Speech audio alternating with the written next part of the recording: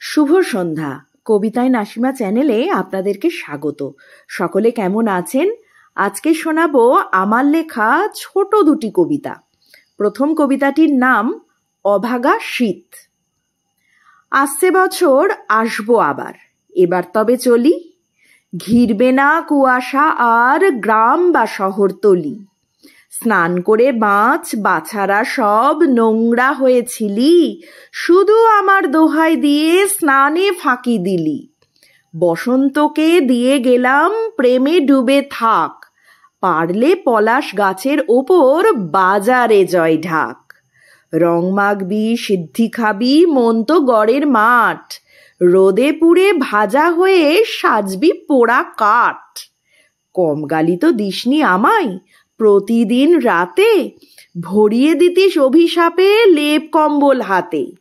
মটকা মেরে সব শুনেছি, কুলুপ এঁটে মুখে, এবার দেখি কেমন তোরা থাকিস ষোলো সুখে। ঘুরে ফিরে আনন্দ পাস তবু দিবি গালি, ঘামে তোরা ভিজবি যখন আমিও দেব তালি। এই অভাগার কথা তখন পড়বে দেখিস মনে, আমি তখন সাইবেরিয়া, তোর কথা কে শোনে।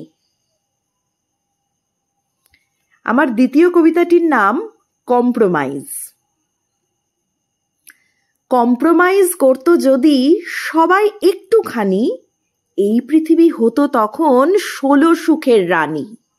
পাঠিয়ে দিত চেরাপুঞ্জি অতিরিক্ত জল, সাহারার মুখে ফুটত হাসি, বাড়ত বুকের বল। সাইবেরিয়া বুঝতো যদি কালাহারির জ্বালা, ভাগ করা কষ্টে দুজন পরতো জয়ের মালা। আমেরিকা ভূমিকম্পের ভাগটা যদি নিত, নিদেন পক্ষে জাপান তাদের সম্মান তো দিত। আম্বানিরা ছেলের বিয়ের খরচ খানিক ছেঁটে, খাবার তুলে দিত না হয় অভুক্তদের পেটে।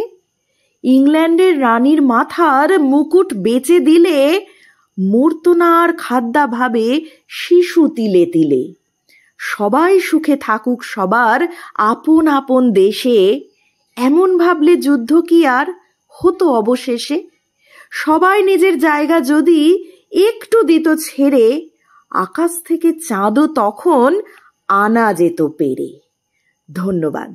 ভালো লাগলে লাইক, শেয়ার ও সাবস্ক্রাইব করবেন।